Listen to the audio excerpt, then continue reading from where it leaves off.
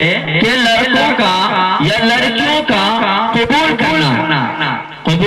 کرنا یہ فرض ہے. پھر دو گواہوں کا ہونا یہ بھی فرض ہے. دو ہو گیا. اب واجب ہے مہر کا ادا کرنا. تین ہو گیا. چوتھا یہ ہے کہ خطبہ کے لیے نکاح کے لیے خطبہ کا پڑھنا یہ سنت ہے. نکاح کے لیے خطبہ کا پڑھنا سنت ہے. اگر کوئی شخص خطبہ نہیں پڑھتا ہے صرف بیٹھ کر کہہ دیتا ہے کہ فلاں کی لڑکی فلاں کا لڑکا میں دونوں کا نکاح پڑھا رہا ہوں اور لڑکا اس کو ایکسپٹ قبول کر رہا ہے تو اس کا نکاح ہو جاتا ہے بغیر خطبہ پڑھے ہوئے. پانچواں نمبر کا آتا ہے ولیمہ. ولیمہ کرنا سنت ہے اور نکاح میں خطبہ کا پڑھنا سنت ہے اور قبول کرنا فرض ہے. دو گواہوں کا ہونا فرض ہے اور مہر کا ادا کرنا واجب ہے. تو یہ کتنی چیزیں ہو گئی؟ یہ 5 چیزیں ہو گئی. اب ان 5 چیزوں کے علاوہ نکاح کرنے کے لیے یا شادی بیاہ کرنے کے لیے کوئی بھی چیز نہیں ہے. کوئی بھی چیز نہیں ہے. کوئی بھی چیز نہیں کا مطلب یہ ہوا کہ اس میں ہلدی کا رسم و رواج بھی ہوتا ہے, اس میں میلاد بھی ہوتا ہے, ناچ گانے بھی ہوتا ہے. نہیں ہلدی کا کوئی ثبوت ہے, نہیں میلاد کا. ایسا نہیں کہ اب ہلدی نہیں ہو تو میلاد ہو. سکی نہیں کہ ہمیں بیان سننا ہے پھر اس پر عمل کرنا ہے تو یہ عوام الناس کیسے عمل کر سکتی ہے؟ نہیں کر سکتے. تو میلاد کرانے کا مقصد یہی ہوتا ہے کہ تاکہ ہم جو شریعت کے خلاف اللہ کے حکموں کے خلاف جناب محمد عربی صلی اللہ علیہ وسلم کے شریعت کے خلاف جو عمل ہو رہا ہے اس عمل پر مولانا بیان کرے اور ہم سنیں پھر اس چیز کو ختم کریں. یہ اصل مقصد ہوتا ہے, یہی ہونی چاہیے. لیکن نہیں ہے, صرف سننا ہے. ایک کان سے سنتے ہیں دوسرے کان سے نکالتے ہیں. ہمیں جو عمل کرنا ہے شادی بیاہ کے موقع پہ وہ کرتے رہنا, وہ چھوڑنا نہیں ہے. نیت پہلے ہی کر لیتے ہیں تو ظاہر سی بات ہے اصلاح کیسے ہوگی؟ یہ اصلاح کی مجلس ہے, نہیں آپ کی اصلاح ہو سکتی ہے. والے جس طرح سے رسم ادا کرتے ہیں وہ اس کا یہ طریقہ نہیں ہے جس طریقے سے ہم آپ کرتے ہیں. پھر اسی طرح سے میلاد ہوتا ہے, میلاد کے بعد پھر ناچ گانے ہوتے ہیں. تو نہ سنت ہے, نہ واجب ہے, نہ فرض ہے, بلکہ یہ تو حرام ہے. کیا ہے یہ؟ حرام ہے. پھر اسی طرح سے بارات کا جانا لے جانا جہیز کا لینا دینا یہ سب ان تمام چیزوں کا شریعت سے کچھ لینا دینا نہیں ہے. لیکن اب اگر کوئی شخص یہ عمل کرتا ہے تو شریعت کے خلاف ورزی کرتا ہے اور شریعت کے خلاف ورزی کرنے والوں کی بخشش نہیں بلکہ پکڑ ہوگی, بہت سخت پکڑ ہوگی. میرے بھائیوں اس لیے میلاد جب کراتے ہو تو نیت ہماری اصلاح کی ہونی چاہیے. اصلاح نام کی کوئی چیز نہیں ہے, کوئی بھی چیز نہیں ہے. ایک آنے کا بھی نہیں ہے. کہہ کے مولانا تھک جاتے ہیں کہ نکاح میں ناچ گانے نہ کرو, جہیز نہ لو, بارات نہ لاؤ, نہ لے جاؤ, ہے کہ نہیں. ہلدی کا رسم جو دھوم دھام سے کرتے مت کرو.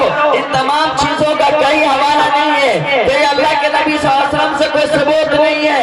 لیکن کتنی باتوں پر عمل کیا جاتا ہے بتائیے. میلاد 1 گھنٹہ ہوتا ہے, 4 گھنٹے ناچ گانے ہوتے ہیں. آج اسی موضوع پر میں گفتگو کروں گا. کیوں کروں گا؟ بہت ضروری ہے. آپ بتائیں میلاد کر رہے ہیں, اللہ کی باتیں ہو رہی ہیں, تلاوت قرآن کریم یعنی اللہ کی بہت مبارک کلام کی تلاوت ہے اس جگہ. پھر نعت پڑھیں اس نبی کے صدقے میں, جس نبی کے صدقے میں ہمیں اور آپ کو زندگی ملی ہے. یہ دنیا بنایا ہے, تمام دنیا کو پیدا کیا ہے, بسایا ہے, دنیا کا نظام چلا رہا ہے. اس نبی کے صدقے میں جس نبی کے شان میں بھی حافظ مہتاب صاحب اور دیگر بچوں نے نعتیہ کلام پیش کیا ہے. پھر میں خود جناب محمد عربی صلی اللہ علیہ وسلم کی باتیں کر رہا ہوں, قرآن کی باتیں کر رہا ہوں, حدیث کی باتیں کر رہا ہوں, اللہ کی باتیں کر رہا ہوں. 1 گھنٹے بیان سنیں گے, پھر اس کے بعد ناچ گانے کی محفل سجائیں گے. دلوں پر ہاتھ رکھ کر بتاؤ, کیا قرآن کی کوئی حرمتیں نہیں ہے؟ کیا حضور کی کوئی حرمتیں نہیں ہے؟ کیا علماء کی کوئی حرمتیں نہیں ہے؟ کیا علماء کی باتوں کی کوئی حرمتیں نہیں ہے؟ کیا قرآن کے خلاف ورزی نہیں ہے؟ کیا قرآن کی لیکن ہم مخالفت نہیں کر رہے ہیں، قرآن کی مخالفت کر رہے ہیں، حدیث کی مخالفت کر رہے ہیں، ہم اللہ کو چیلنج دیتے ہیں، اے اللہ دیکھ لو یہی جگہ ہے، ابھی چند منٹ پہلے تیرے حبیب کا کلام پڑھا گیا، تیرا کلام پڑھا گیا، علماء نے باتیں بھی کی ہے، لیکن ذرا برابر بھی دلوں پر کوئی فرق نہیں پڑا۔ میرے بھائیو، عمل کی نیت سے بیٹھیے تب کامیابی ملے گی، عمل کی نیت سے نہیں بیٹھیے گا تو کامیابی کیسے ملے گی؟ جن باتوں سے روکا جاتا ہے ان باتوں سے روکنا ہی نہیں ہے، کرنا ہے تو پھر کیا فائدہ ملا کرانے کا؟ اس سے بہتر ہے ملا دلا کرا کر ناچ گانے کی محفل اگر کر رہے ہیں تو قرآن کی بھی حرمتی نہیں ہوگی اس حساب سے، کیونکہ آپ نے اللہ کے نبی کی باتیں سنی، آپ نے قرآن سنا، آپ نے نام نبی سنی، لیکن اس کے باوجود جو ہمارے دلوں کے اندر زندگی بھرا ہوا ہے تو کسی کیا فائدہ ہو رہا ہے؟ ہم اپنے آپ کو بدلنے کی کوشش نہیں کر رہے ہیں، نہیں کر رہے ہیں، تو پھر کیا فائدہ ہماری زندگی گزارنے کا؟ لوگ مرنے کے بعد والی زندگی کو بھولا بیٹھا ہے، بھولا بیٹھا میرے بھائیو، موت آئے گی اور ہر منٹ ہر پل کا اللہ تبارک و تعالیٰ حساب و کتاب لے گا۔ یاد رکھے اگر کل قیامت کرو میلاد کی محفل بھی پیش کیا جائے گا، پھر آپ کے ناچ گانے کی محفل بھی پیش کیا جائے گا تو بھاری کون پڑے گا؟ آپ اندازہ لگا سکتے ہیں، آدھے گھنٹے کی میلاد، 4 گھنٹے کے ناچ گانے، بھاری کون پڑے گا؟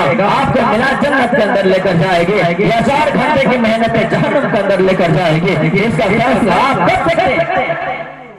اور چند دنوں سے ایک رواج آ چکا ہے، اس سے پہلے تو یہ رواج شاید کہ نہیں تھا کہ جب بارات جب یہاں سے نکلتی تھی تو ڈی جے وغیرہ بند ہو جایا کرتا تھا، ہو جایا کرتا تھا کہ نہیں ہو جایا کرتا تھا؟ لیکن اب جب بارات نکلتی ہے عورتوں کی بارات الگ نکلتی ہے، عورت کی بارات الگ نکلتی، جب تک باراتی بارات سے واپس نہ آ جائے پورے محلے کی عورتوں کو اکٹھا کیا جاتا ہے اور ڈی جے پر ناچ اور گانے کیا جاتا ہے اور لڑکیاں عورتیں ڈانس کرتی ہیں۔ اللہ کی یہاں پکڑ نہیں ہوگی مسلمانوں، مردوں کی پکڑ نہیں ہوگی، ایک عورت 4 مرد کو جہنم میں لے کر جائے گی۔ سن لیجیے، ایک عورت